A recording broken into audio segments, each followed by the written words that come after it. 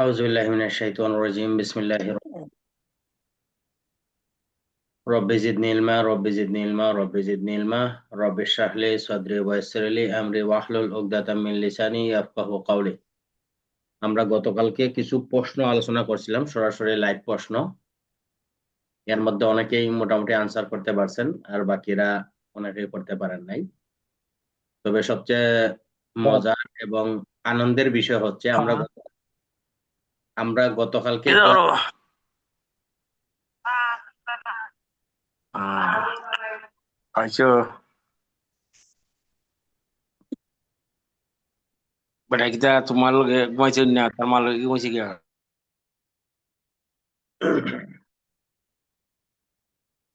এখানে সবচেয়ে মজার বিষয় হচ্ছে আমরা গতকালকে ক্লাসে যে এমসিকিউ গুলা আলোচনা করছিলাম, এই এমসিকিউ মধ্যে যে প্রশ্নগুলা করছিলাম, এই প্রশ্নগুলা মনে করেন যে অনেকে পারে অনেকে পারে নাই। ঠিক আছে, কিন্তু এই না পারার মধ্যেও যখন আপনি কোনো কাজে অ্যাডভান্স করবেন তখন এটা কিন্তু সবচেয়ে বেশি ভালো লাগে, যখন আপনি এটা শেখার জন্য কি করবেন, চেষ্টা করবেন। ঠিক আছে, তো গতকালকের ক্লাসটা অনেকেই মনে করেন যে ভালোভাবে নিছেন, আবার অনেকে নিতে পারেন নাই। যারা নিতে পারেন নাই তাদের জন্য সমবেদনা, আর যারা নিতে পারছেন তাদের জন্য শুভকামনা। আমরা গতকালকে আমাদের আলোচনা করছিলাম হচ্ছে দণ্ডবিধি আইনের 9ম অধ্যায়, সরকারি কর্মচারী কর্তৃক অপরাধের সম্পর্কিত অপরাধ। সেটা হচ্ছে দণ্ডবিধি আইনের 161 থেকে 171 ধারা। আমরা সেই ধারাগুলো আজকে একটু রিভিশন দিব, দিয়ে তারপর আমরা সামনে অ্যাডভান্স হব। দণ্ডবিধি আইনের 161 ধারা হচ্ছে যখন কোনো সরকারি কর্মচারী তার পারিতোষিক ব্যতীত কোনো অর্থ উপহার বকশিশ গ্রহণ করে তখন তার শাস্তি, যেটাকে আমরা এক কথায় বলতে পারি ঘুষ। সেই ঘুষের জন্য সরকারি কর্মচারীর শাস্তি হবে 161 ধারা। তারপর হচ্ছে দণ্ডবিধি আইনে 162 ধারা, সেটা হচ্ছে সরকারি কর্মচারীকে প্রভাবিত করার জন্য যে দালাল টাকাটা গ্রহণ করে সেই দালালের শাস্তি হচ্ছে 162 ধারা। দণ্ডবিধি আইনের 163 ধারা হচ্ছে ব্যক্তিগত ক্ষমতা বা প্রভাব বিস্তার করে যখন সরকারি কর্মচারীকে কোনো কাজ করার জন্য বাধ্য করে বা কাজ করা থেকে বিরত রাখে, সেই ব্যক্তি যখন অর্থ গ্রহণ করে তার শাস্তি হচ্ছে দণ্ডবিধি আইনের 163 ধারা। তারপর হচ্ছে দণ্ডবিধি আইনের 164 ধারা। 162 ধারা দালালের দ্বারা প্রভাবিত হয় এবং 163 দ্বারা ব্যক্তিগতভাবে যে ব্যক্তি প্রভাবিত করবে তার দ্বারা প্রভাবিত হয় সরকারি কর্মচারী যদি উক্ত কাজটা করে বা করা থেকে বিরত থাকে। দুইটা বিষয় মনে রাখবেন, একটা হচ্ছে করা, আরেকটা হচ্ছে করা থেকে বিরত থাকা। সেই ক্ষেত্রে সরকারি কর্মচারীর শাস্তি হবে দণ্ডবিধি আইনের 164 ধারা।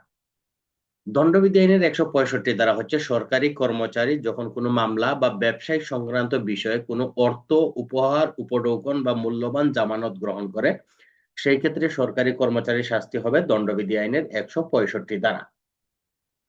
দণ্ডবিধি আইনের 165 শর্ট হাইফেন ক হচ্ছে দণ্ডবিধি আইনের 161 ধারা এবং দণ্ডবিধি আইনের 165 ধারা দ্বিতীয় যে পক্ষ, অর্থাৎ যার কাজটা আপনি করতে গিয়ে তার কাছ থেকে অর্থ গ্রহণ করছেন সেই ব্যক্তির শাস্তি হবে দণ্ডবিধি আইনের 165 শর্ট হাইফেন ক দ্বারা। এবং দণ্ডবিধি আইনে 165 শর্ট হাইফেন খ হচ্ছে যে দ্বিতীয় ব্যক্তি আপনাকে অর্থ দিল তাকে যদি আপনি কি করেন, বাধ্য করেন, সে যদি সেটা প্রমাণ করতে পারে যে আমাকে উক্ত সরকারি কর্মচারী বাধ্য করছে, সেই ক্ষেত্রে সে রেহাই পাবে হচ্ছে দণ্ডবিধি আইনের 165 শর্ট হাইফেন খ। তারপর হচ্ছে দণ্ডবিধি আইনের 166 দ্বারা হচ্ছে ক্ষতি করার উদ্দেশ্যে সরকারি কর্মচারী করতে কি করা, আইন অমান্য করা, শাস্তি। অর্থাৎ আপনি কি করছেন, আইন অমান্য করছেন একজন ব্যক্তি ক্ষতি করার জন্য, সেই ক্ষেত্রে সরকারি কর্মচারীর শাস্তি হবে 166 দ্বারা। 167 দ্বারা, 166 দ্বারার সাথে আবার 217 দ্বারা আছে, যেখানে হচ্ছে উপকার করার জন্য যদি আপনি কোনো ব্যক্তিকে কি করেন, আইন অমান্য করেন, সেই ক্ষেত্রে তার শাস্তি হবে 217 দ্বারা। দণ্ডবিধি আইনের 167 দ্বারা হচ্ছে ক্ষতি করার উদ্দেশ্যে ভুল নথি প্রস্তুত করা, সেই ক্ষেত্রে তার শাস্তি হবে 167। আর যদি উপকারার্থে হয় সেই ক্ষেত্রে তার শাস্তি হবে 218 দ্বারা। 168 দ্বারা হচ্ছে নিজ কর্ম ব্যতীত অন্য কোনো কর্মে নিয়োজিত হওয়া, সেই ক্ষেত্রে শাস্তি 69 দ্বারা হচ্ছে নিলামে অংশগ্রহণ করা। সরকারি কর্মচারী যখন বেআইনিভাবে কোনো নিলামে অংশগ্রহণ করবে সেই ক্ষেত্রে তার শাস্তি হচ্ছে 169 দ্বারা। 170 দ্বারা হচ্ছে সরকারি কর্মচারীর পরিচয় প্রদর্শন করা। সরকারি কর্মচারীর পরিচয় দেওয়া। আচ্ছা, সরকারি কর্মচারীর 170 দ্বারা হচ্ছে পরিচয় দেওয়া। সরকারি কর্মচারীর পরিচয় দেওয়ার জন্য শাস্তি হচ্ছে 170 দ্বারা। 171 দ্বারা হচ্ছে সরকারি কর্মচারীর বেশভূষা, পোশাক পরিচ্ছদ বা প্রতীক গ্রহণ করার শাস্তি। সেই ক্ষেত্রে 171 দ্বারা হচ্ছে তার শাস্তি। এই ছিল আমাদের গত দিনের আলোচনার বিষয়বস্তু। এখন আজকে আমরা শুরু করব হচ্ছে দণ্ডবিধি আইনের নবম ক পরিচ্ছেদ। 9 ক পরিচ্ছেদ, যদিও এটা মূল বইয়ে পরিচ্ছেদ লেখা, কিন্তু আমরা এটা সহজভাবে পড়তে গেলে বলবো যে হচ্ছে 9 ক অধ্যায়, নির্বাচন সংক্রান্ত অপরাধ। একবারে সহজভাবে নেব, এটা আমাদের এত ইম্পর্টেন্ট না, তারপরে জেনে রাখার জন্য যদি কখনো এমসিকিউ চলে আসে। 171 ক দ্বারা, এখানে হচ্ছে দ্বারা হচ্ছে 171 ক থেকে 171 ঝ পর্যন্ত। তাহলে এটা আমরা শুধু হেডলাইন গুলা বলবো, এটার এত বিস্তারিত ভাবে আমাদের নেওয়ার দরকার নাই। জাস্ট খালি একটু যদি কখনো এমসিকিউ চলে আসে সেই এমসিকিউর জন্য। 171 ক দ্বারা হচ্ছে প্রার্থী সমূহ বা নির্বাচনী অধিকার বা নির্বাচনের অধিকার যেটা বলে, এই দুইটা সংজ্ঞার কথা এখানে বলা আছে। প্রার্থী সমূহ কি? যারা নির্বাচনে দাঁড়াবে তারা হচ্ছে প্রার্থী। আর নির্বাচন অধিকার হচ্ছে কি? আপনি ভোট দিতে পারবেন, ভোট না দেওয়া, প্রার্থিতা প্রত্যাহার করা, এইসব হচ্ছে আপনার নির্বাচনী অধিকার। এগুলো আমাদের এত কিছু জানার দরকার নাই, জাস্ট খালি একটু জানার জন্য বলা আর কি। তারপর হচ্ছে দণ্ডবিধি আইনের 171 খ দ্বারা হচ্ছে ঘুষ। এই যে আমরা 161 যারা যেটা পড়লাম যে ঘুষ, এই ঘুষের মূল সংজ্ঞাটা হচ্ছে 171 খ দ্বারা। আর না হইলে দণ্ডবিধি আইনের কোথাও কিন্তু ঘুষের কথা বলে নাই। কিন্তু আমরা আমাদের পড়ার সুবিধার্থে ঘুষটা আমরা নিয়ে গেছি কততে? 161 ধারাতে, যাতে হচ্ছে বৈধ পারিশ্রমিকের ব্যতীত যে অর্থটা গ্রহণ করে সেটাকে আমরা ঘুষ হিসেবে গণ্য করেছি। কিন্তু ঘুষের মূল সংজ্ঞাটা হচ্ছে 171 খ। নির্বাচনের উপর কোনো ব্যক্তিকে যদি প্রদান করে তাহলে সেটা ঘুষ হিসেবে গণ্য হবে। 171 ঘ গ নির্বাচন হস্তক্ষেপ করা বা প্রভাব প্রয়োগ করা। অর্থাৎ আপনি কি করলেন? নির্বাচনে নিজের ক্ষমতা দেখাইলেন, প্রভাব প্রয়োগ করলেন, সেই ক্ষেত্রে তার শাস্তি হবে 171 ঘ। 171 ঘ হচ্ছে নির্বাচনে অন্যের ছদ্মবেশ ধরা, যেটা আমরা জাল ভোট বলি, সেই জাল ভোটের শাস্তি হচ্ছে 171 গ। তারপর হচ্ছে দণ্ডবিধি আইনের 171 ঘুষের শাস্তি। অর্থাৎ 171 খ দ্বারায় যেখানে আপনি ঘুষ নিলেন সেখানে আপনার শাস্তি হবে 171 দ্বারায়। 1 বছর পর্যন্ত হইতে পারে জরিমানা, একসময় কারাদণ্ড, জরিমানা বা উভয় দণ্ড হইতে পারে। তারপর হচ্ছে 171 চ দ্বারা নির্বাচনে হস্তক্ষেপ করা বা প্রভাব প্রয়োগ করা বা ছদ্মবেশ ধারণ করার শাস্তি। অর্থাৎ যেই ক্ষেত্রে আমরা কি করলাম, 171 ঘ ঘ যে ধারাগুলা আছে এই ধারাগুলার শাস্তি হচ্ছে কে? 171 চতে।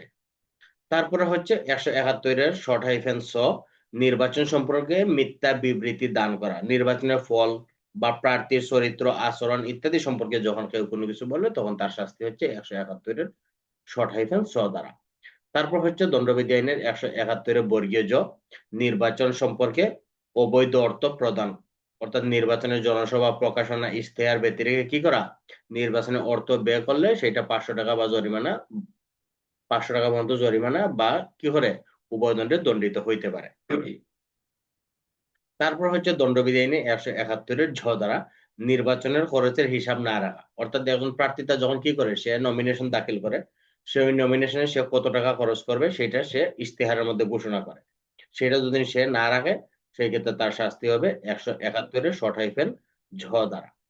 এই ছিল আমাদের 171 ক অধ্যায়, যেটা নির্বাচন সম্পর্কিত সেটার হিসাব। এটা আমাদের এত ইম্পর্টেন্ট ভাবে না জানলেও চলবে। আমাদের এখন মূল যে বিষয়টা আমরা এখন ঢুকবো সেটা হচ্ছে 10ম অধ্যায়, সরকারি কর্মচারীর কি কর্তৃত্ব অবমাননা সম্পর্কিত অপরাধ।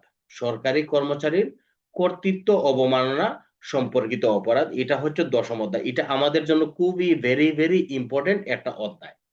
অতএব এটা আমি আপনাদের একবারে সহজভাবে বলে দেব, আপনারা এটা একবার সহজভাবে নেবেন, এত গভীরভাবে নেওয়ার দরকার নেই, কারণ দণ্ডবিধিটা হচ্ছে আপনি যত সহজভাবে ধরতে পারবেন, আর এটার মার্কটা হচ্ছে একবারে সলিড মার্ক।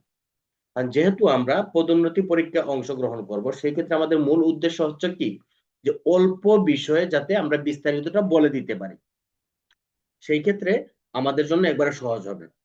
তাই আমি সহজভাবে বলার চেষ্টা করব। যদি আপনারা না বুঝেন তাহলে আমাকে বলবেন যে বুঝিনি, আমি আপনাদের আবার রিপিট করব। কিন্তু আপনারা মূল বইটা এখন, আপনাদের সবার প্রতি অনুরোধ থাকবে, মূল বই এখন কেউ খুলবেন না, ঠিক আছে? মূল বই খুললে কি হবে, আমি যেটা বলতেছি সেটা আপনার মাথার মধ্যে যাবে না, ঠিক আছে? তাহলে দণ্ডবিধি আইনের 172 হতে 190, এটা কি? দশম অধ্যায়। এটা মূল বিষয়বস্তু কি? সরকারি কর্মচারীর আইনানুগ কর্তৃত্ব অবমাননার অপরাধ। দণ্ডবিধি আইনে 172 দ্বারা সমন জারি বা অন্যবিধ ব্যবস্থা এড়ানোর জন্য কি করা? আত্মগোপন করা। যেমন উদাহরণ হইল কি, যেমন আমি একটা সমন নিয়ে গেলাম, কার উপর জারি করব? সেন্টু মিয়ার উপরে। সেন্টু মিয়া যখন জানে যে আমি সমনটা তার উপর দিব, সে কি করলো? আত্মগোপন করলো, যাতে আমি সমনটা জারি করতে না পারি। এই যে সে আত্মগোপন করলো, এই জন্য তার শাস্তি হবে দণ্ডবিধি আইনে 172 দ্বারা 1 মাস বিনাশ্রম কারাদণ্ড বা জরিমানা বা উভয় দণ্ডে দণ্ডিত হইতে পারে। ওই শাস্তি আমাদের কতদিন, ওইটা আমাদের মনে রাখার দরকার নাই, জাস্ট খালি মূল বিষয়টা মনে রাখবেন। মূল বিষয়টা হলো কি, যে সমন জারি করতে গেলে সে কি করছে? সমন যাতে জারি না করতে পারে এই জন্য সে আত্মগোপন করছে, এই জন্য তার শাস্তি হবে 172 দ্বারা। 173 দ্বারা হচ্ছে সমন জারি বা অন্যবিধ কোনো কিছু জারি করতে গেলে, যেমন আমরা সমন জারি করতে যাই বা হচ্ছে একটা নোটিশ জারি করতে গেলাম, যেমন 145 আমি নোটিশ জারি করতে গেলাম, সেই নোটিশ জারিতে সে কি করলো? বাধা দিল, যাতে আমি এটা জারি করতে না পারি, সরকারি কর্মচারী আমি আমাকে বাধা দিল, সেই ক্ষেত্রে তার শাস্তি হবে 173 দ্বারা। মূল বিষয়টা কি? সমন জারি বা অন্য কোনো নোটিশ, অর্থাৎ সরকারি কোনো নোটিশ যখন আমি জারি করতে যাব বা লটকাই দিতে যাব, তখন যদি আমাকে কেউ বাধা দেয়, তাহলে তার শাস্তি হবে দণ্ডবিধি আইনে 173 দ্বারা 1 মাস পর্যন্ত কারাদণ্ড, 500 টাকা জরিমানা বা উভয় দণ্ড হইতে পারে। ঠিক আছে, ওই দণ্ডগুলো মনে রাখার দরকার নেই, জাস্ট খালি মূল বিষয়টা মনে রাখবেন। 174 দ্বারা হইলো সরকারি কর্মচারীর আদেশে কি করা? হাজির না হওয়া। যেমন মনে করেন যে আমি তাকে সরকারি আদেশ, আদালতের সমন দিলাম, বিজ্ঞপ্তি দিলাম, আদেশ দিলাম, ঘোষণা অনুযায়ী সে কি করবে? হাজির হইতে বাধ্য, কিন্তু সে কি করলো? হাজির হইল না, সেই ক্ষেত্রে তার শাস্তি হবে দণ্ডবিধি আইনের 174 দ্বারা। আর যদি কোনো আদালতে হাজির না হয়, সেই ক্ষেত্রে তার শাস্তি হবে কি? ডবল। অর্থাৎ আমি যখন পুলিশ অফিসার তাকে সমন দিলাম যে আপনি আমার কাছে হাজির হন, সেই ক্ষেত্রে হাজির না হলে তার শাস্তি হবে 1 মাস, 500 টাকা জরিমানা বা উভয় দণ্ড। আর যদি আদালত সেই সমনটা দেয় এবং আদালতে সে হাজির না হয়, তাহলে তার শাস্তি হবে কি? 2 মাস, 1000 টাকা জরিমানা বা উভয় দণ্ড।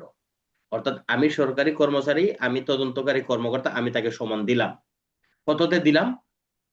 160 দ্বারা দিলাম, 175 দ্বারা দিলাম, যখন সে আমার কাছে হাজির হইল না, অথবা 94 দ্বারা দিলাম, সে হাজির হইল না, তখন তার শাস্তি হবে 1 মাস, 500 টাকা বা উভয় দণ্ড।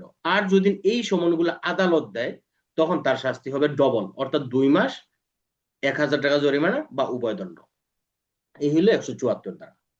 তারপর হচ্ছে দণ্ডবিধি আইনের 175 দ্বারা সরকারি কর্মচারীর নিকট কোনো দলিল পেশ করিবার জন্য বাধ্য হওয়ার পরেও যদি সে পেশ না করে, অর্থাৎ যখন আপনার কাছে কোনো মামলা সংশ্লিষ্ট দলিল আছে, আমি জানি, আপনাকে সমন দিলাম, আপনি কি করলেন? এই দলিলটা আমার কাছে হাজির করতে আপনি বাধ্য, আপনি সেটা না করলে তখন আপনার শাস্তি হবে 175 দ্বারা। উদাহরণগুলো মনে রাখবেন, তাহলে কি হবে? আপনাদের প্রশ্নগুলো ধরতে একবারে সহজ হবে। দণ্ডবিধি আইনের 176 দ্বারা সরকারি কর্মচারীর নিকট তথ্য দেওয়া, এখন যদি সে তথ্য না দেয়, তাহলে তার শাস্তি হবে দণ্ডবিধি আইনের 176 দ্বারা। আর যদি কোনো অপরাধের তথ্য না দেয়, সেই ক্ষেত্রে কি হবে? তার শাস্তি বেশি হবে। যেমন দণ্ডবিধি আইন, ফৌজদারি কার্যবিধি আইনের 44 দ্বারা হচ্ছে তথ্য দিবে, ফৌজদারি কার্যবিধি আইনের 44 দ্বারা সে তথ্য দিবে, এখন সে কি করলো? তথ্য দিল না, তার শাস্তি হবে 176 দ্বারা। কিন্তু একশো ফৌজদারি কার্যবিধি 45 দ্বারা হচ্ছে কতিপয় ব্যক্তি কতিপয় অপরাধ সম্পর্কে সংবাদ দিতে সে বাধ্য। সেই ক্ষেত্রে সে কি করছে, সংবাদ দেয় নাই বা সংবাদটা দিছে মিথ্যা সংবাদ দিছে। যেমন এক জেলায় অপরাধ হয়েছে আরেক জায়গায় সংগঠন হয়েছে। যেমন এটার উপরে আমি একটা আমাদের ক্লাসে লিখিত পরীক্ষা নিয়েছিলাম, হচ্ছে চৌকিদার কি করছে, গ্রামের লোকজনের সাথে একাত্মতা পোষণা করে সে ষড়যন্ত্র গোপন করছে। সেই ক্ষেত্রে তার শাস্তি হবে 176, 201। ওই প্রশ্নটা কি মনে আছে নুরুল ভাই, ক্লাসে যে পরীক্ষাটা নিয়েছিলাম? কোনটা স্যার, ভুলে গেছি। এই যে চৌকিদার একজন একটা গ্রামের মধ্যে কি করছে, একজন মহিলাকে দর্শন করছে, দর্শন করার পরে উক্ত অপরাধটা গ্রামের সবাই কি করছে, দামাচাপা দিবে। সেই সাথে কি হয়েছে, গ্রামের যে চৌকিদার রহিম আছিল, সেই রহিমও গ্রামের লোকজনের সাথে একাত্মতা পোষণ করিয়া সে সংবাদটা দেয় নাই। এই প্রশ্নটা কি মনে আছে আপনার? স্যার মনে নাই স্যার। হ্যাঁ, মনে তো রাখতে হবে ভাই, মনে না রাখলে তো ক্লাসের তো পড়া ধরতে পারবেন না। মনে রাখতে হবে, কারণ আপনি পিছনের ফৌজদারির সাথে যদি আপনি দণ্ডবিধিরে যদি মিলাইতে না পারেন, তাহলে তো পরীক্ষার হলে কি আপনি উল্টাপাল্টা করবেন।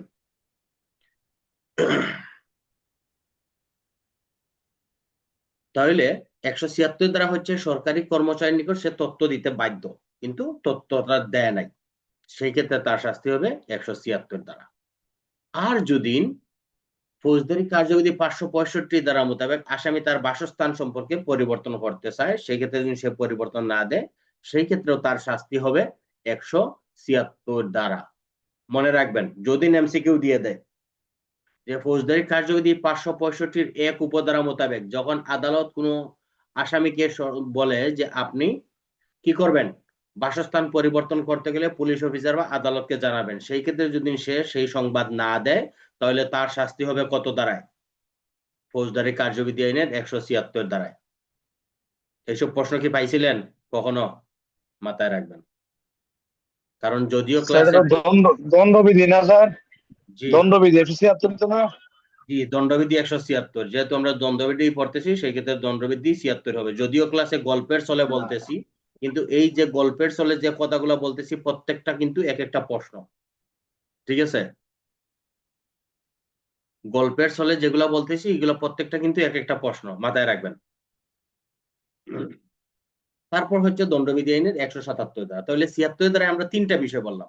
76 ধারাটা আবার বলি, সরকারি কর্মচারীর নিকট কি করছে, সে সংবাদ দেয় নাই, সেই ক্ষেত্রে তার শাস্তি হবে 176।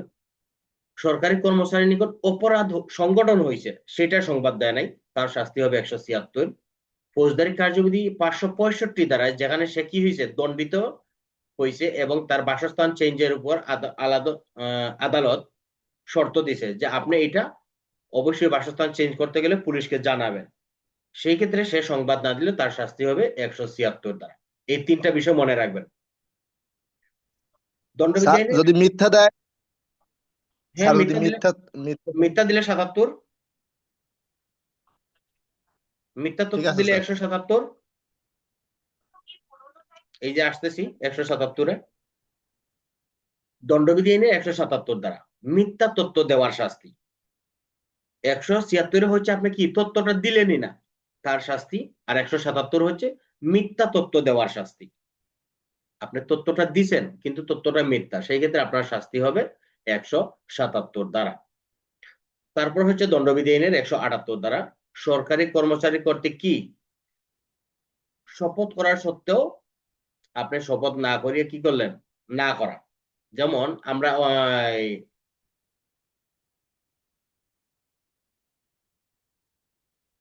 যখন সাক্ষ্য গ্রহণ দিতে গেল, আদালতে যখন সাক্ষ্য নিতে যায়, সাক্ষ্য নেওয়ার পরে আদালত কি বললো যে আপনি শপথ করেন, আপনি বললেন যে না আমি শপথ করব না, সেক্ষেত্রে আপনার শাস্তি হবে দণ্ডবিধি আইনে 178 দ্বারা।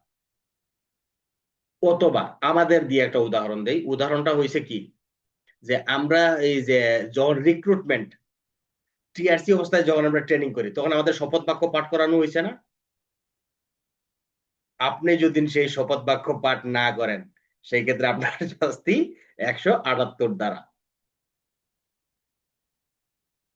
অর্থাৎ যখনই আপনি আইনত বাধ্য হয়েও কি করবেন, শপথ বাক্য পাঠ করবেন না, সেই ক্ষেত্রে আপনার শাস্তি হচ্ছে 178 দ্বারা। ওই শাস্তির বিষয়গুলো বললাম না, কতদিন শাস্তি, ওইটা আমাদের দরকার নেই। ঠিক আছে, কারণ ওইটার উপরে হয়তো সর্বোচ্চ 1 মার্কের এমসিকিউ আসতে পারে, অথবা ওইটার দরকার নেই। তারপর হচ্ছে দণ্ডবিধি আইনের 179 দ্বারা সরকারি কর্মচারীর প্রশ্নের উত্তর দেওয়া না দেওয়া, সরকারি কর্মচারীর প্রশ্নের উত্তর না দেওয়া। এখন মনে করেন যে আপনাকে 160 দ্বারায়, যখন ফৌজদারি কার্যবিধি আইনের 160 দ্বারায় আপনি তদন্তকারী অফিসার হিসেবে কি করলেন, সমন দিলেন এবং সে হাজির হইল। হাজির হওয়ার পরে আপনার প্রত্যেকটা প্রশ্নের উত্তর দিতে সে বাধ্য। ফৌজদারি কার্যবিধি আইনের 160 দ্বারায় আপনার প্রত্যেকটা প্রশ্নের উত্তর দিতে সে বাধ্য। ঠিক আছে, সে যদি তখন আপনার প্রশ্নের উত্তর না দেয়, সেক্ষেত্রে তার শাস্তি হবে 179 দ্বারা। তারপর হচ্ছে দণ্ডবিধি আইনের 180 দ্বারা বিবৃতিতে স্বাক্ষর না করা। যেমন থানায় এজাহার দিল, এজাহারে যদি সে স্বাক্ষর না করে, তাহলে তার শাস্তি কততে হবে, 180 দ্বারায়। অথবা আদালতে আমরা অনেকেই মামলার সংশ্লিষ্ট বিষয়ে সাক্ষ্য দিতে যাই, আদালতে আমি সাক্ষী দিলাম, দেওয়ার পরে এখন আদালত বললো যে আপনি এখানে সই দেন। আমরা প্রত্যেকেই কিন্তু যারা আদালতে মামলার বিষয়ে সাক্ষ্য দিতে চাই, আমরা সাক্ষ্যটা গ্রহণ করার পরে ম্যাজিস্ট্রেট আমাদের উক্ত কাগজটা দেয় যে আপনি এখানে সই করেন। আমি সই করার পরে কি করে, ম্যাজিস্ট্রেট এটা সই করে, অর্থাৎ বিবৃতির সত্যতার জন্য। তখন যদি না আমি বলি যে না, আমি বিবৃতিতে স্বাক্ষর করব না, সেই ক্ষেত্রে আমার শাস্তি হচ্ছে দণ্ডবিধি আইনের 180 দ্বারা। উদাহরণগুলো দিচ্ছি, কিন্তু এগুলো মনে রাখবেন। দণ্ডবিধি আইনের 181 দ্বারা শপথ না করা, হলফ বা শপথ করা। ঠিক আছে, হলফ করলেন, শপথ করলেন, শপথ করিয়া আপনি যখন মিথ্যা সাক্ষ্য দিলেন, যেমন আমরা কি করি, আদালতে যাই, যাওয়ার সাক্ষ্য দেওয়ার পরে কি বলি, যাহা বলিব সত্য বলিব, সত্য বই কি মিথ্যা বলিব না, বললেও আমরা কি করি, মিথ্যা সাক্ষ্য দেই। কারণ কি, যে যেহেতু আমি মামলার আইও, আমি মামলার ঘটনাস্থলে পরিদর্শন ছিলাম, এখন অনেক সময় দেখা যায় যে কি করে, মিথ্যা সাক্ষ্য দেয়। অথবা একজন বাদী একজন সাক্ষীকে নিয়ে গেল, সেই সাক্ষী কি করলো, যে আমি যাহা বলিব সত্য বলিব, সত্য বই কি মিথ্যা বলিব না, সে শপথ গ্রহণ করিয়া কি করলো, মিথ্যা বিবৃতি দিল বা মিথ্যা সাক্ষ্য দিল, তখন তার শাস্তি হবে কিন্তু 3 বছর। এখানে কিন্তু আবার মাপ নাই, আপনি কি করছেন, মিথ্যা সাক্ষ্য দিয়েছেন, সেক্ষেত্রে তার শাস্তি হবে 3 বছর। আবার বিবৃতিতে স্বাক্ষর করছেন না, সেখানেও হবে কি, সেখানে 3 মাস। তারপর হচ্ছে দণ্ডবিধি আইনের 182 দ্বারা অন্যের ক্ষতি করার জন্য সরকারি কর্মচারীকে মিথ্যা তথ্য দেওয়া। এটা মনে করেন যে আমাদের পুলিশের ক্ষেত্রে খুব অহরহ হয়। যেমন কি, আমরা দেখা গেছে যে আমাদের পুলিশ দিয়ে উদাহরণ দেই, আমাদের অনেকের মধ্যে কিন্তু, আমাদের সব পুলিশ কিন্তু আবার আর্থিকভাবে অসচ্ছল না, অনেকে আছে সচ্ছল, তার ফ্যামিলিগত ব্যাকগ্রাউন্ড ভালো। তখন সে মনে করেন যে কি করছে, একটা গাড়ি কিনছে। তখন আমাদের কিছু সহপাঠী বা কলিগ আছে, ওনারা কি করে, সিনিয়র অফিসারদের কাছে বলে যে স্যার, এই ব্যক্তি অসৎ উপায় অবলম্বন করিয়ে একটা গাড়ি কিনছে। যেটা আমি 2014 সালে আমাদের সিলেট মেট্রোতে একটা ঘটনা ঘটছিল, একজন এএসআই স্যার, উনি বর্তমানে এখন সিলেট জেলায় আছে, ওই স্যারের নামে একটা অভিযোগ করছিল যে স্যার উনি গাড়ি একটা প্রাইভেট কার কিনছে, উনার ফ্যামিলিগত ব্যাকগ্রাউন্ড কিন্তু খুবই ভালো। এই যে হয়রানি করার জন্য, সরকারি কর্মচারীকে হয়রানি করার জন্য আপনি কি করলেন, সরকারি ঊর্ধ্বতন অফিসারকে মিথ্যা তথ্য দিলেন যে সে অসৎ উপায় অবলম্বন করে টাকা ইনকাম করে গাড়ি কিনছে। এই যে আপনি যে মিথ্যা তথ্য দিলেন, এই জন্য আপনার শাস্তি হবে দণ্ডবিধি আইনের 182 দ্বারা।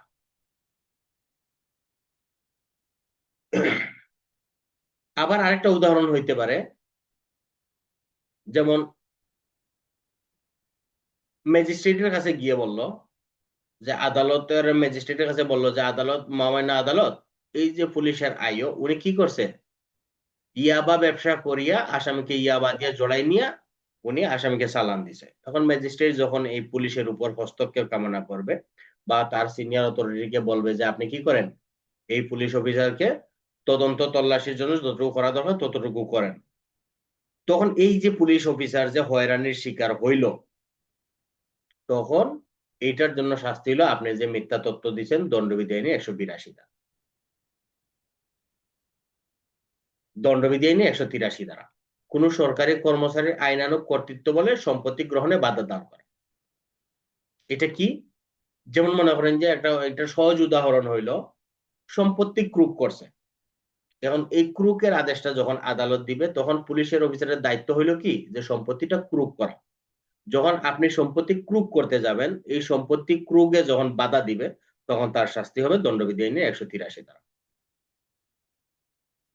অর্থাৎ আদালত আমাকে অর্ডার করছে যে আপনি এই সম্পত্তি ক্রুক করেন, সেই ক্ষেত্রে তো এই সম্পত্তিটা ক্রুক করা হচ্ছে আমার অধিকার, তখন এই আমার অধিকারে যখন কেউ বাধা দিবে তখন তার শাস্তি হলো দণ্ডবিধি আইনের 183 ধারা। তারপর হলো দণ্ডবিধি আইনে 184 ধারা। এই যে কি এই প্রকৃত সম্পত্তি এটা বিক্রয়ের জন্য নিলাম, যদি কেউ নিলামে বাধা দান করে তাহলে তার শাস্তি হবে 184 ধারা। 83-তে হইলো সম্পত্তি ক্রুকে বাধা দিল, 84-তে হইলো সম্পত্তি আমি নিলাম করতে গেলাম, সেই নিলামে কি করলো বাধা দিল, তাহলে তার শাস্তি হবে দণ্ডবিধি 184 ধারা। তারপর দণ্ডবিধি আইনে 185 ধারা, যেখানে আপনি কি এই সম্পত্তি ক্রয় বিক্রয় করার জন্য আপনার কোনো যোগ্যতাই নেই, যেমন কোনো নিলাম অংশগ্রহণ করার আগে কি করতে হয়, আপনাকে কিছু অর্থ জমা করতে হয় নিলামে অংশগ্রহণের জন্য, যেমন যেটা বলে টেন্ডার, টেন্ডার জমা করতে হয়। আপনি কি করলেন, টেন্ডার জমা না দিয়েই নিলামে ডাক দিয়ে দিয়েছেন, সেই ক্ষেত্রে আপনার শাস্তি হবে দণ্ডবিধি আইনের 185 ধারা। তারপর হইলো দণ্ডবিধি আইনের 186 ধারা, সরকারি কর্মচারীকে সরকারি কাজে বাধা দান করা। এখন কি সরকারি কর্মচারী শুধুই কি পুলিশ? শুধুই সরকারি পুলিশ কিন্তু সরকারি কর্মচারী শুধু না, বাংলাদেশে যতটা সরকারি চাকরি আছে সবাই কিন্তু সরকারি কর্মচারী। যেমন এখন মনে করেন যে আদালতের কি বলে ওইটা পেশকার, আপনি পেশকার একটা সমন নিয়ে গেল, আপনি তার সমনে বাধা দিলেন, অথবা একজন প্রিজাইডিং ম্যাজিস্ট্রেট ভ্রাম্যমাণ মোবাইল কোর্স করতে গেলে আপনি সেখানে বাধা দিলেন, অথবা মনে করেন যে এই প্রাইমারি স্কুলের টিচার উনি উনার স্কুলে পাঠদান করতেছে, আপনি সেখানে বাধা দিলেন, তাহলে এই যে সরকারি কর্মচারী যারা আছে তার নিয়মিত কাজে যখন আপনি বাধা দিবেন তখন তার শাস্তি হচ্ছে দণ্ডবিধি আইনের 186 ধারা। দণ্ডবিধি আইনের 187 ধারা হচ্ছে সরকারি কর্মচারীকে সাহায্য না করা। ওই যে আমরা পড়ে আসছিলাম কি 42 ধারায় যদি গ্রেপ্তারে সাহায্য না করে সেই ক্ষেত্রে তার শাস্তি। তারপরে কি হয়েছে, সমনে আপনাকে ডাকছে সেই ক্ষেত্রে আপনি হাজির হন নাই, তখন তার শাস্তি হচ্ছে 187 ধারা। বা এই যে কি সুরতহাল রিপোর্টে যখন আপনাকে ডাকবে আপনি যদি না আসেন তখন তার শাস্তি, অথবা আপনাকে জব্দ তালিকার জন্য 103-এর 2-এ ডাকছে আপনি তখন আসলেন না, তার শাস্তি হচ্ছে কি 187 ধারা। তারপর হচ্ছে দণ্ডবিধি আইনের 188 ধারা, সরকারি কর্মচারী কর্তৃক জারিকৃত আদেশ অমান্য করা। এটার উদাহরণ হচ্ছে একবারে স্যাম্পল, যখন আমরা কি করি 145 জারি করি বা 144 ধারা জারি করি। 44 ধারা মূলত যায় না, এটা 145 ধারার সাথে যায়, যখন কোনো সম্পত্তি নিয়ে বিরোধের ক্ষেত্রে পুলিশ বা আদালত করতে কি করে নিষেধাজ্ঞা জারি করে, যে এই জায়গা আপাতত আপনারা মালিকানা দাবি করার জন্য আদালতে যাবেন, গিয়ে সেখানে আপনাদের মালিকানা দাবি করবেন, সেখানে মালিকানা দাবির প্রেক্ষিতে যার কাছে যায় সে সম্পত্তিটা বুক করবে। কিন্তু এই যে আদালত সমন দেওয়ার পরেও পুলিশ অফিসার নোটিশ জারি করার পরেও যখন এখানে কি করে কাজটা চলমান রাখে বা বিশৃঙ্খলা সৃষ্টি করে বা বিরক্তি করে বা অন্যের ক্ষতির ঝুঁকি থাকে বা মারামারি দাঙ্গার সম্ভাবনা থাকে, তখন তার বিরুদ্ধে হচ্ছে আপনি তাকে ফৌজদারি কার্যবিধি আইনের 151 ধারায় গ্রেপ্তার করবেন এবং দণ্ডবিধি আইনের 188 ধারা বা 188 ধারা মোতাবেক তার বিরুদ্ধে আদালতে প্রসিকিউশন দাখিল করবেন। এটা বিশেষ ক্ষেত্রে কিন্তু 145 এর ক্ষেত্রে হয়, যখন দণ্ডবিধি আইনের ফৌজদারি কার্যবিধি 145 ধারা সম্পত্তি সম্পর্কিত বিষয়ের উপরে যখন কোনো নোটিশ জারি করা হয় এবং এই নোটিশটা কি করে অমান্য করে, তখন দুই গ্রুপের মধ্যে মারামারি হওয়ার সম্ভাবনা থাকে, তখন যেই ব্যক্তি আদেশ অমান্য করবে তাকে আপনি 151 অর্থাৎ 151 ধারায় তাকে গ্রেপ্তার করবেন এবং 188 ধারা মোতাবেক আদালতে প্রসিকিউশন দাখিল করবেন। তারপর হচ্ছে দণ্ডবিধি আইনের 189 ধারা, সরকারি কর্মচারীকে ক্ষতি সাধনের হুমকি। যেমন আমি পুলিশ অফিসার, আমাকে একজন ট্রেড দিল যে আপনি এই কাজ যদি করেন তাহলে আপনাকে বান্দরবান পাঠিয়ে দেবো, যেটা পুলিশের ক্ষেত্রে সচরাচর হয়। যখনই আমাদের পুলিশকে এই ধরনের হুমকি দেয় বা সরকারি কর্মচারীকে হুমকি দিবে তখনই হচ্ছে তার শাস্তি হবে দণ্ডবিধি আইনের 189 ধারা। তারপর হচ্ছে দণ্ডবিধি আইনের 190 ধারা, সরকারি কর্মচারীর নিকট কি করা নিরাপত্তা নিশ্চিতের জন্য বাধা প্রদান করা। যেমন একজন পাবলিক সে কি করছে, অন্য একজন হুমকি দিছে, তখন সে বলছে যে ঠিক আছে আমি পুলিশের নিকট গিয়া এটার বিরুদ্ধে অভিযোগ করব বা আদালতে গিয়ে এটার বিরুদ্ধে আমি কি করব, মামলা দায়ের করব, তখন সে আবার তাকে হুমকি দিল, যদি তুমি পুলিশের কাছে যাও বা আদালতে যাও সেই ক্ষেত্রে তোমাকে আমি দেখে নেব বা তোমার একটা বড় ধরনের ক্ষতি করব। এই যে সেই ব্যক্তিটাকে যে হুমকি দিল তার শাস্তি হবে দণ্ডবিধি আইনের 190 ধারা। এখন আপনাদের আর কি প্রশ্ন আছে বলেন। দণ্ডবিধি আইনে 172 হতে 190 ধারা।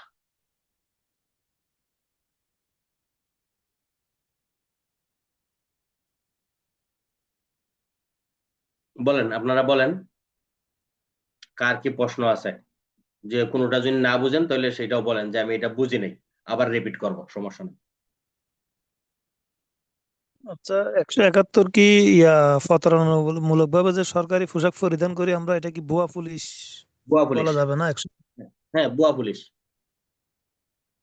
বুয়া ঠিক পুলিশ আছে। আনসার। আবার কিন্তু এখানে মনে রাখবেন, যদি সেনাবাহিনীর পোশাক করে, সেনা নৌ বিমান বাহিনীর পোশাক করলে কিন্তু আবার 140। ওই যে 140, হ্যাঁ। এটা কিন্তু আবার মাথায় রাখবেন। 140, 140-এ তো শাস্তি না, 139-এ যে ওদের শাস্তির কথা বলা হয়েছে, এবং না না, 140-এ 140 হচ্ছে সেনাবাহিনীর পোশাক যদি কেউ পরে, সেনা নৌ বিমান বাহিনীর, তার পোশাক পরলে ওই পাবলিকের শাস্তি হবে 140 দ্বারায়। আর যদি পুলিশের পোশাক পরে তাহলে তার শাস্তি হবে কি 171 দ্বারায়। আবার কোন সরকারি কর্মচারীর পরিচয় দিছে যে আমি একজন ম্যাজিস্ট্রেট, আমি একজন কি কয় ম্যাজিস্ট্রেট ছাড়া আর কি আছে বলেন না, এক দুইটা সিভিল অফিসারের নাম বলেন, যেমন আমি এনএসআই, আমি ডিজিএফআই, সে ভুয়া পরিচয় দিছে, সেই ক্ষেত্রে তার শাস্তি হবে ভুয়া পরিস্থিতি। 170 দ্বারা। আবার যদি এনএসআই ডিজিএফআই কি করে কার্ড বানায়, ভুয়া কার্ড বানায়, তাহলে তার শাস্তি আবার 171 দ্বারা। 170টা হচ্ছে যে ওই যে সরকারি কর্মচারী ছদ্মবেশ আর কি। পরিচয় দেওয়া, সরকারি কর্মচারীর পরিচয় ছদ্মবেশ ধারণ করা বা পরিচয় দেওয়া, কিন্তু সেখানে সে দেওয়া। কোনো পোশাক পরিচয় ব্যবহার করে নাই। যেমন আমাদের হুম। আইডি কার্ডটা হচ্ছে পোশাকের একটা অংশ, তাই না? যখন সে আইডি আর কার্ড ব্যবহার করবে তখন তার শাস্তি হবে 171। আর 40-এর ক্ষেত্রে শুধু হচ্ছে যে সৈনিক, নাবিক বা বৈমানিকের ক্ষেত্রে আর কি পোশাক শুধু পরিধান সৈনিক করা। নাবিক বৈমানিকের ক্ষেত্রে হচ্ছে 140। হুম। আবার মিথ্যা পরিচয়, সেটাই। হুম।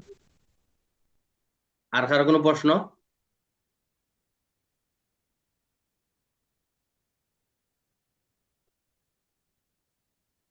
আর কারো কোনো প্রশ্ন থাকলে বলেন, যদি আপনাদের প্রশ্ন না থাকে তাহলে আমি প্রশ্ন করব কিন্তু। 176 একটু বলেন, আবার একটু বলেন তো 176। 176 হচ্ছে আপনি তথ্য দিচ্ছেন না, আপনি পুলিশ অফিস সদস্য, আপনি পুলিশ সদস্য, আপনি ফৌজদারি কার্যবিধি আইনের 45 ধারা মোতাবেক আপনি কি করেন, সংবাদ দিতে বাধ্য, ফৌজদারি কার্যবিধি আইনের 45 ধারা মোতাবেক। কিন্তু আপনি তথ্যটা দিলেন না, আপনি উঠে বলেন যে এটা আমার এলাকা না, বা আমি এখন ছুটিতে বাড়িতে আসছি, আমি সংবাদ দেব না। এই যে আপনি পুলিশ অফিসার হিসেবে সংবাদ দিলেন না, আপনার শাস্তি 176। আর এই সংবাদটা আপনি দিছেন, মিথ্যা সংবাদ দিছেন, আপনার শাস্তি 177। এটা তো 76টা কিন্তু বাধ্য না, তথ্য দিতে তো বাধ্য, বাধ্য, বাধ্য কিন্তু বাধ্য না দিলে শাস্তি আর কি, সরবরাহ শাস্তি। তথ্য না দিলে। হ্যাঁ, মানে এটা স্পেসিফিক, এটা বাধ্য তথ্য হবে আর কি, সে বাধ্য। আপনাকে আমি প্রত্যেকটার সাথে কিন্তু সম্পর্ক ধরাই দিচ্ছি, ফৌজদারি কোন অপরাধের কারণে আপনি দণ্ডবিধিতে কোন জায়গায় শাস্তি পাবেন, আমি কি আপনাকে সেই ধারাটা কিন্তু স্পেসিফিকলি বলে দিচ্ছি। আপনাদের আগামী ক্লাসে কিন্তু এটার উপরে কিন্তু প্রশ্ন আসবে, মাথায় রাখবেন, লিখিত ক্লাসে আপনাদের কিন্তু এটার উপরে প্রশ্ন আসবে। যেহেতু আমাদের ফৌজদারি শেষ, ফৌজদারি শেষ, অতএব ফৌজদারির সাথে সম্পৃক্ত করে আমি দণ্ডবিধির দ্বারা দিয়ে দেবো, এখন আপনারা ফৌজদারির দণ্ডবিধি মিলাইয়ে আপনারা আনসার করবেন। এখন যদি আপনারা মনে করেন যে আমরা দণ্ডবিধি পড়তেছি ফৌজদারি রিভিশন দেব না, এটা কিন্তু ভাই হবে না, ফৌজদারি আপনাদের রিভিশন দিতে হবে। আর না হয় দেখি আমরা আগামীকালকে ফৌজদারি আমরা আবার রিভিশন দেব, আপনাদেরকেই ধরবো যে আপনারা রিভিশন দিবেন, যে এত দ্বারা থেকে এত দ্বারা আপনারা বলেন, কারণ আপনাদের কিন্তু মুখস্থ রাখার বিষয়।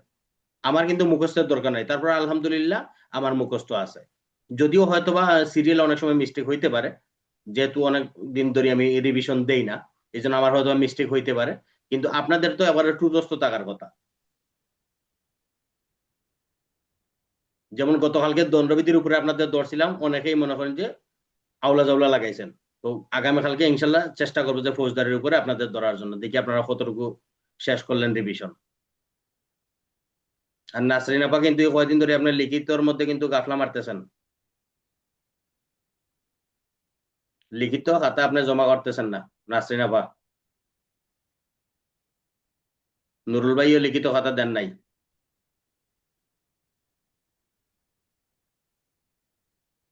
এখন আপনাদের আর কোনো প্রশ্ন থাকলে বলেন, আমাদের সময় আছে আর 3 মিনিট ক্লাসের সময়।